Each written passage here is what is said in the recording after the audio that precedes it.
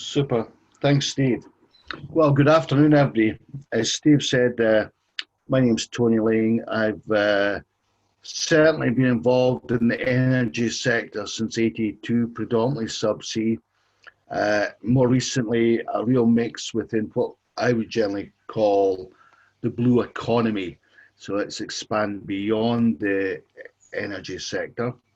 We'll touch on that later, or shortly, shall we say. So yeah, this afternoon's, and for some of you, of course, in likes of Canada, their morning. This is really looking at offshore wind and how it will impact the whole transition we can get from it as a society within the underwater space, Tony, you're just and really be aware of what's going on. Now, many of you will be. Tony, I'm just going to switch your camera off because you're lagging a bit. Okay.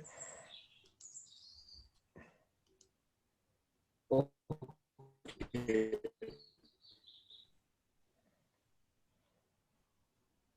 Sure. Okay. Thanks, Steve.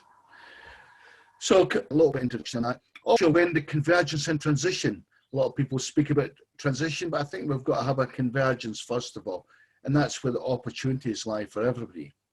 There's obviously a huge amount to do with policy and economics, and then how we can actually achieve the collaboration and working together to achieve the ultimate goal of, in many respects, of net zero, many aspects of how we are moving forward today. A little bit on NSRI. We're a not-for-profit making organisation. We're impartial. We're about sharing technology within the subsea domain space and how we can accelerate growth within the wider community of the blue economy. We are the technology arm of Subsea UK that provides a trade body globally for the subsea sector. We do operate as separate organisations, though. It's separate governing boards, etc. And that's quite critical to keep that balance between being impartial, not being a trade organisation, but bringing board that in-depth subsea space. So we do a lot of research, not physical research, but we're supporting research for industry, government, academia, entrepreneurs and developers, and we'll touch on some of these later. So, you know, today is about wind, it's about renewable energy, it's about what is this really worth. Now, in real terms, and there's various reports going around, which we can obviously all challenge, of course, but at the end of the day, it's about jobs, it's about economic growth. So, you know, if you look at the bottom right-hand side, which was a European Commission document published last year, which we're looking at a lot of jobs getting developed, and really it's what can be in it for everybody. And there is a huge amount from the subsea community in that space that we can share across industries. Wouldn't matter whether it's defence, oil and gas, renewables, or even aquaculture. I'm saying even aquaculture, but that's an industry that's been with us for hundreds of years, and now they need to move forward in a much more robust industrialization process, and that is kind of happening as well. So what's transition? Well, you know, climate change, the Climate Change Act, as many of you know, came out in 2018, driving the future of energy policy and technology investments. But what does that really mean? You know, if you look at what we've certainly looked at within the UK, and this is an extract image, actually of a document just publicised last week, to be honest, by Woodmac and OGTC, and also Cresor as well, where on the left-hand side, you can see there's a sort of icon image of the oil and gas production facility, then the wind farm, then hydrogen, and then and CO2, carbon capture storage. And really what we're showing it's quite a clever way it's been done, where it's actually over a period, come 2050, it's going to be the other way around.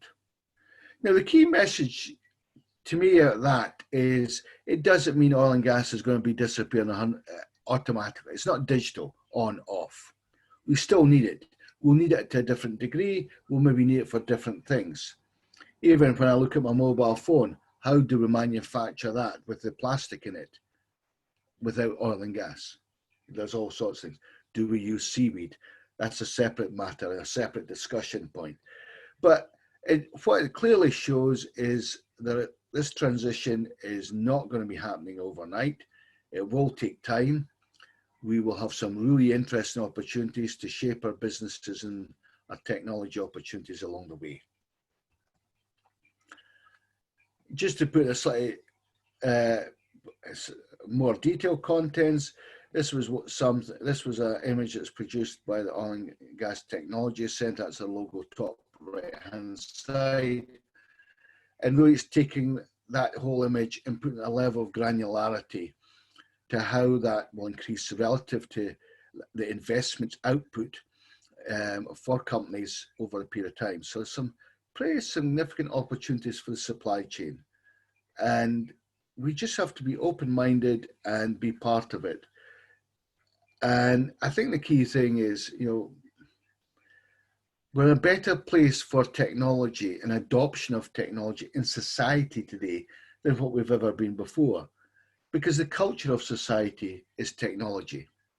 And that culture, as I mentioned, I used the analog earlier on for a mobile phone.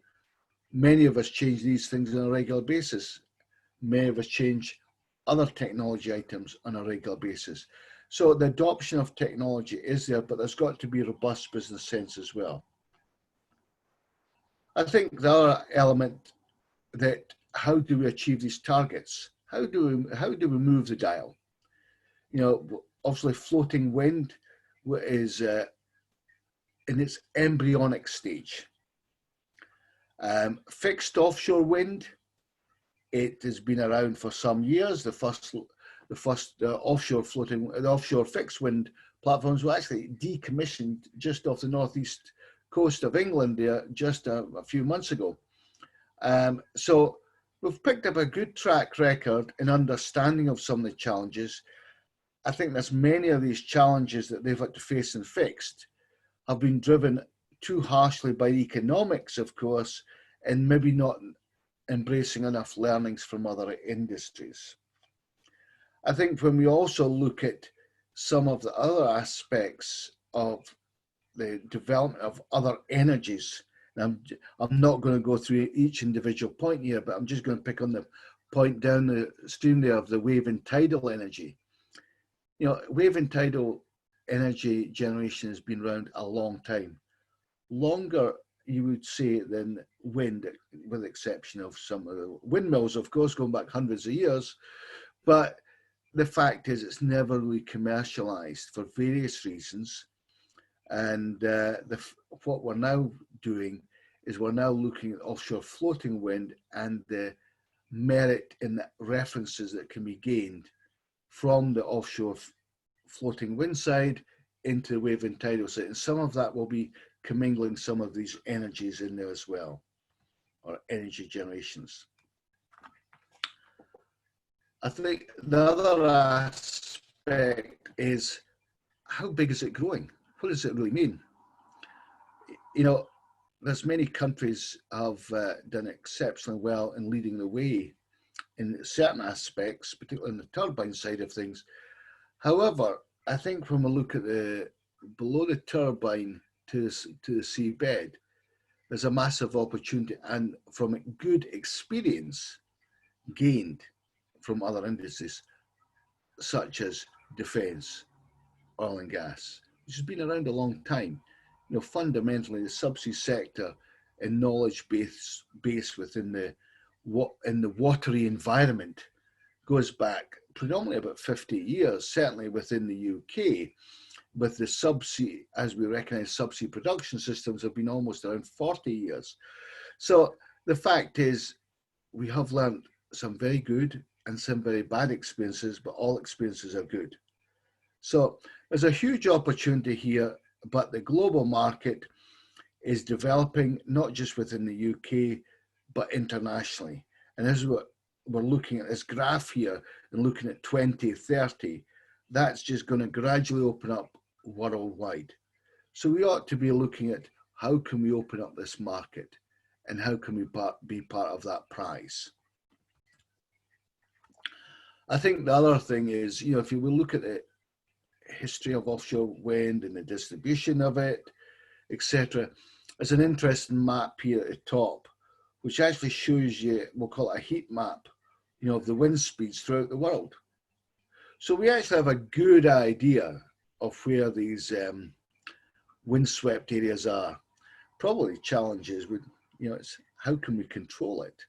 Of course, you know, you pass by many wind turbines and many of them are switched off due to impact as a result of high winds. So it's about, so there's heat maps out there. We've got a good understanding of what's going on there. And then when we look at the extract slide on the bottom, you know, that looking at the offshore market, it's pretty significant opportunities there.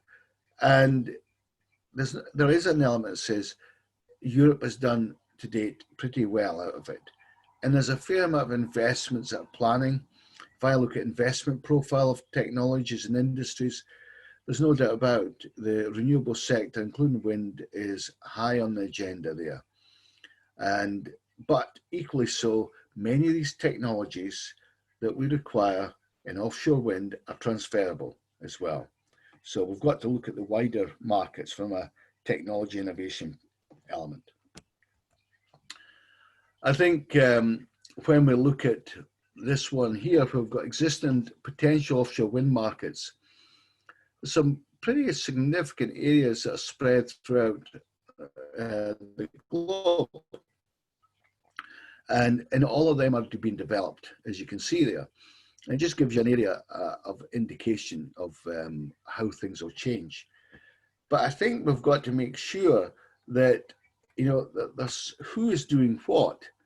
And unfortunately, I've got to say, you know, we may have been leading in some respects in Europe, but unless we can be a leading player and maintain, not only maintain that position, but grow that position, we're in the fear factor of being a close second or third.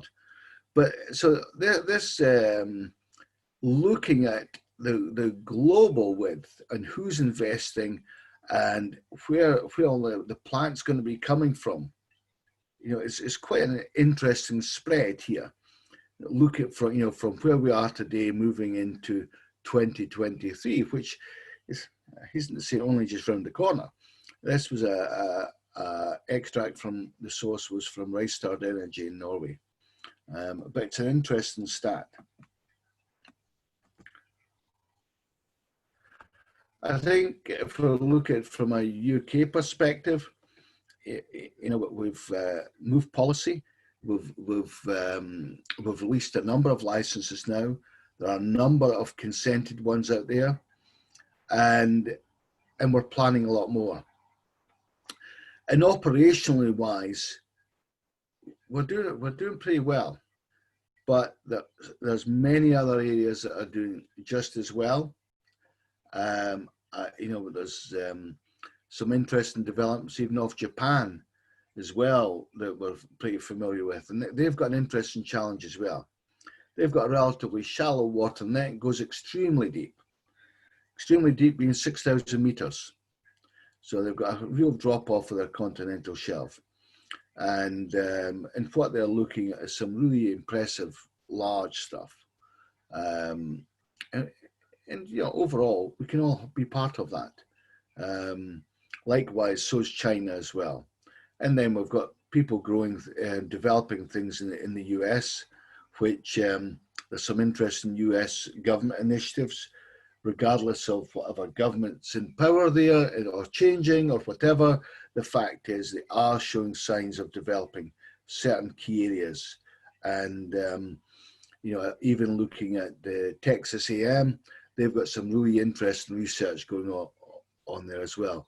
So likewise, though, even in the UK, we've got, if I look at the University of Strathclyde, they got voted the top university second year in the trot in the whole of the UK. And there's been a high growth development within the offshore marine and energy department there. And some of the leading edge stuff that they're doing, working with other universities throughout the country, including likes of Oxford, Leicester, Hull is in there as well, that they're really moving the needle and looking at some of the wide-ranging foresight stuff. But at the end of the day, we've got to make it a financially viable proposition. So that last bullet point about leveraging the cost of electricity, LCOE, is critical. Little bit, just a couple of cases in hand of a couple of projects. This is just looking at the ScotWind licenses, who they have really been progressing this, partly because there's a lot of good wind in the area. That we've got one of the first floating wind projects with Equinor,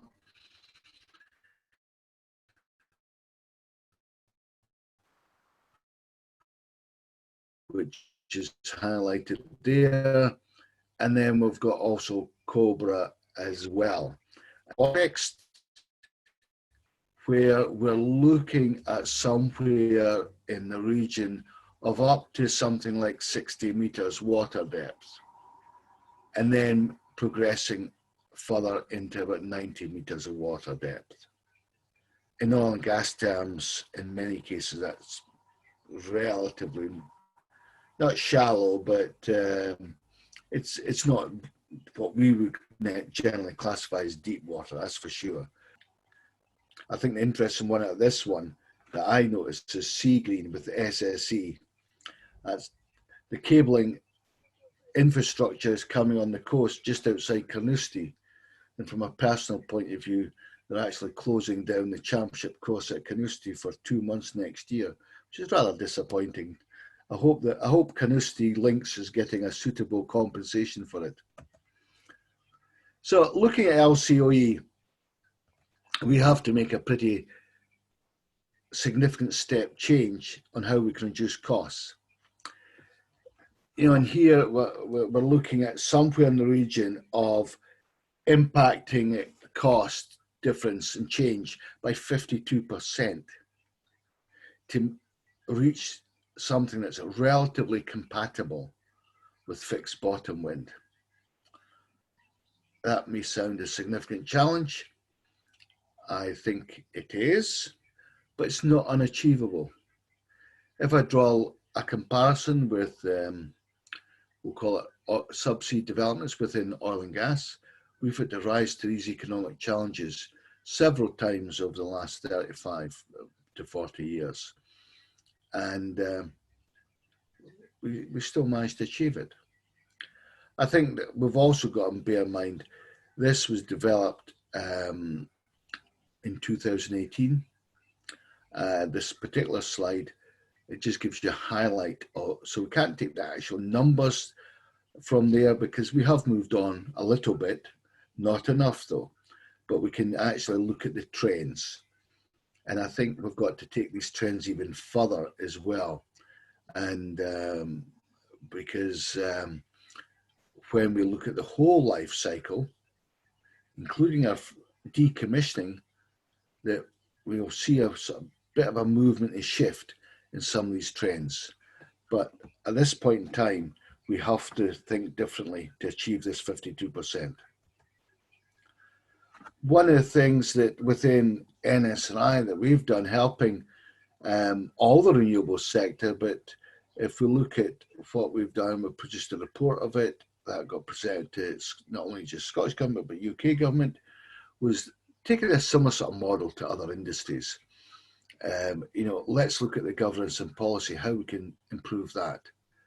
Not, because at the end of the day, it is an evolving industry. Look at technology and innovation side of things. What can be gained from other industries? What needs to change? What can improve? I think the other one is process and standards and practices. I think it's very important here because it's a lot of these define uncertainties and risk and how we can actually accelerate some of the projects moving forward and have a level of underpinning stability on how we develop something, how we may manufacture something, how we test something. In many respects, these are the sort of things within traditionally the oil and gas sector we've had to develop over the years, and they just didn't appear. But there is lots of good learnings that can be applied, including contract models and industrialization. I listen to people speak, oh, well, it's all about economy of scale. Well, that's fine, but you've got to have the building blocks. And things like standards, practices, contract models is all part of economy of scale. So we have to get there. And that does not mean that we have to produce unique standards for offshore wind or offshore floating wind. What it does mean is we need to take the learnings and have a convergence of these learnings that can be applied. So we have a more unified approach.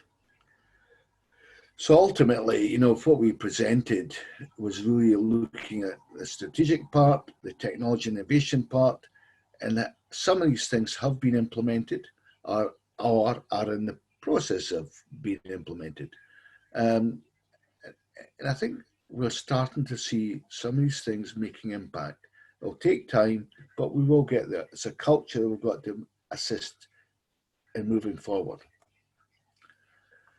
But when we look at opportunities, particularly around technology innovation, many of these key elements, it wouldn't matter whether you sit down at the foundations and moorings on the bottom left-hand side there, or whether we'll look at reuse and repurpose across the cascade. It's of that arrow there, it's all about economic growth. And all these elements there are not unique to offshore wind. They're not unique to oil and gas. They're not unique to defence. They're functional attributes. So we have to take full advantage of these attributes and offerings across all the industries. And hence why it's the sharing the opportunities across the blue economy. I think one of the key things is making sure we have success. And that's always an interesting word. What is success? How do you measure success? The reality is we're not creating technology and innovation for the sake of it, or we certainly should not be. It's about commercialization. It's about achieving some success on the bottom line. And in many respects, we speak about technical readiness level, which is fair enough.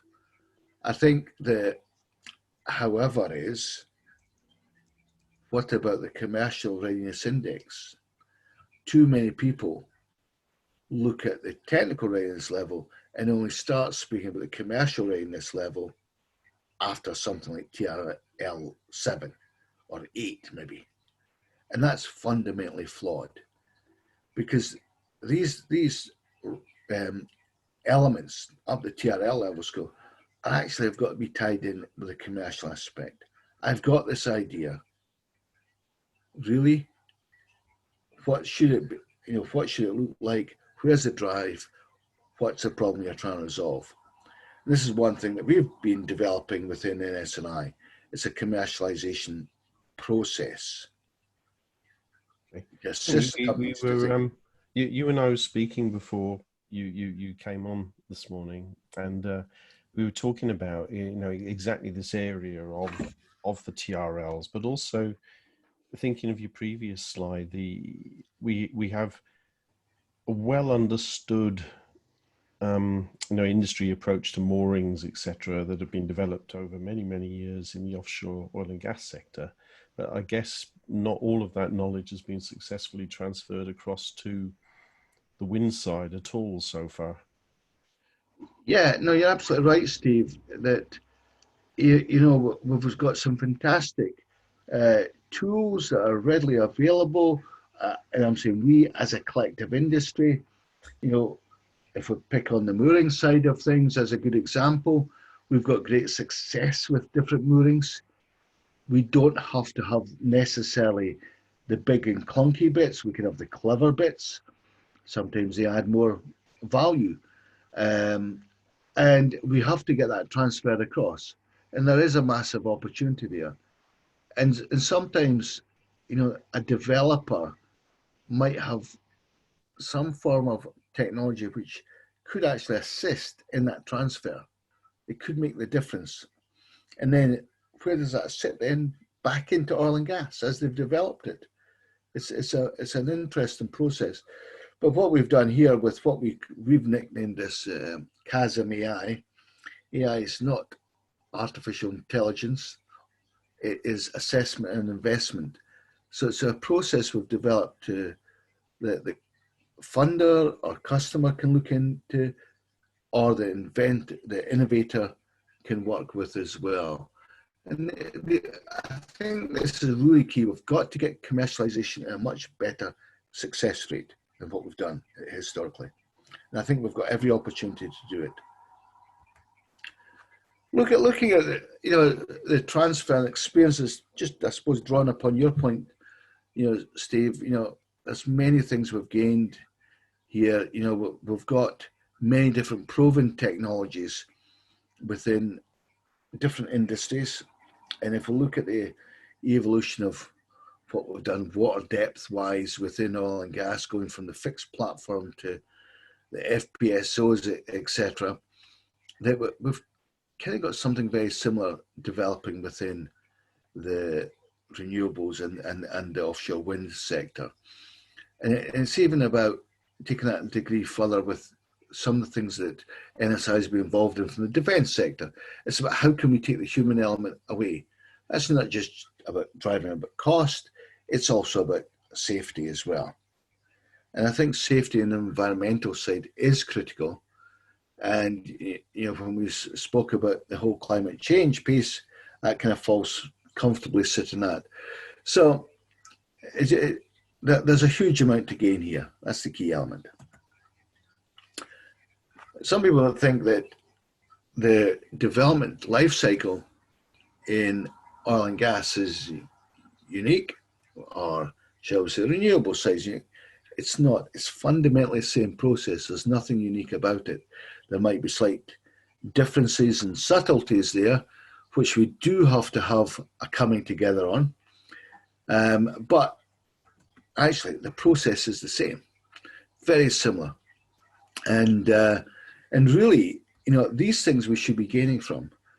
But one common thing I would say, apart from where we've said design life for 25 years, the fact is what we should be looking at is how we're managing the assets and how that management of assets we can actually apply to now into the early stage of designing and then moving back into where we are with decommissioning.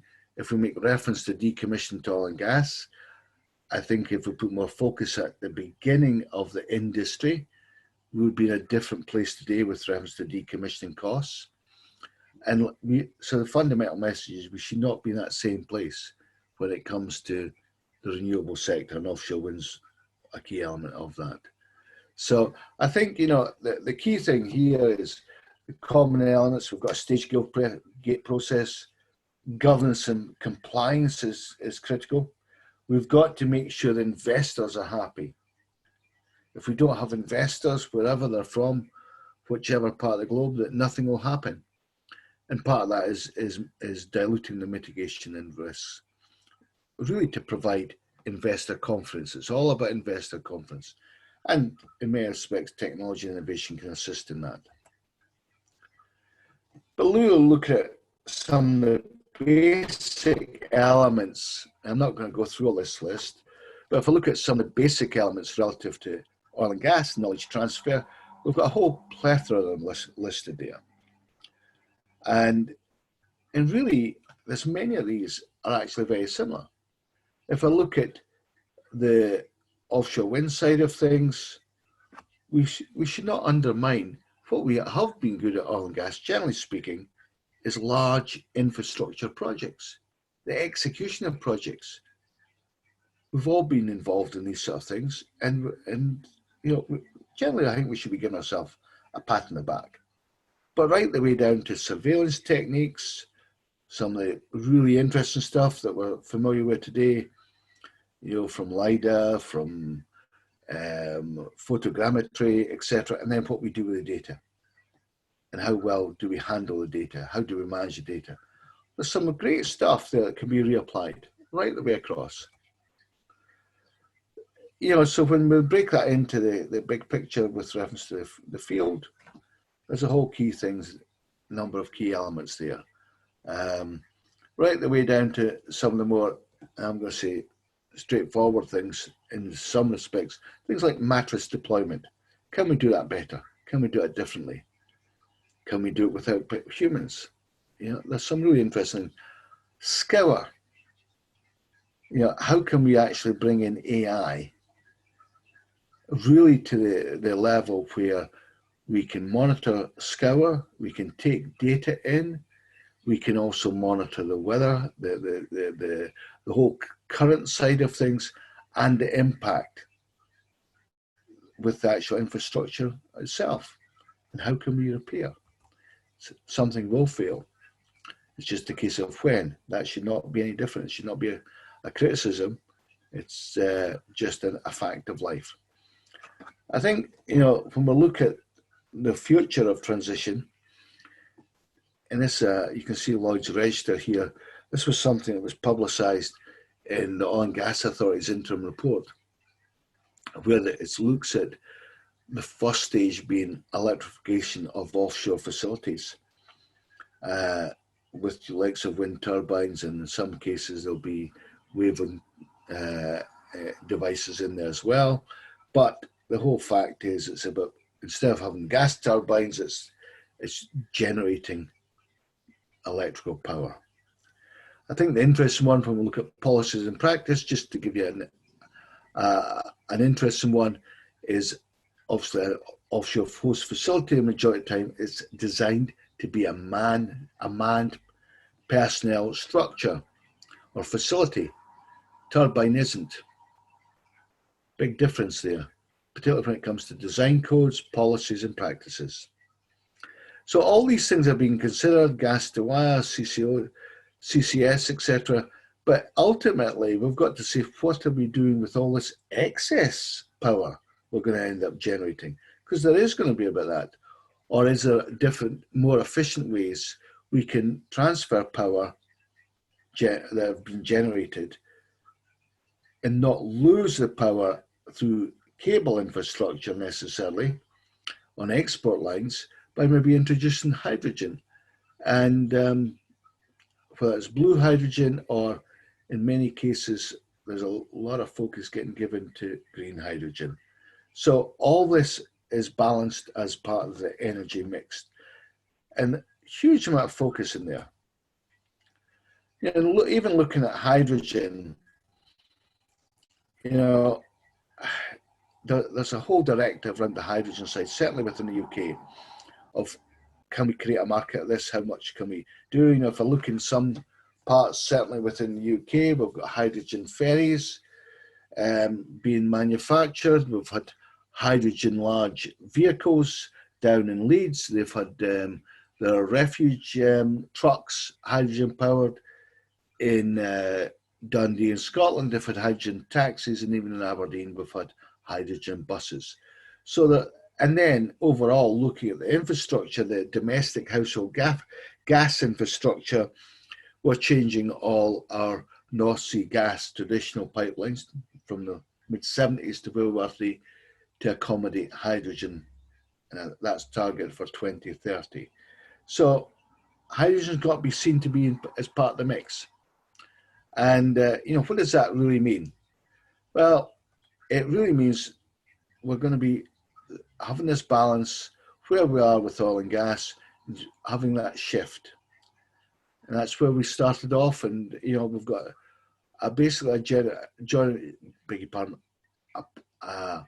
oil and gas economy within the UK of 11 billion per annum. And if you look at that from offshore wind point of view, by 2030 and 2050, that by the time we get to 2050, that's going to be double. And that's not including hydrogen. So I think a huge amount to offer from the subsea industry, and we have got to drive in it. We have got at least a market developing as a result of government policy driving market. And as a result of the current climate with the pandemic, the government is obviously looking for greater opportunities to develop the overall economy.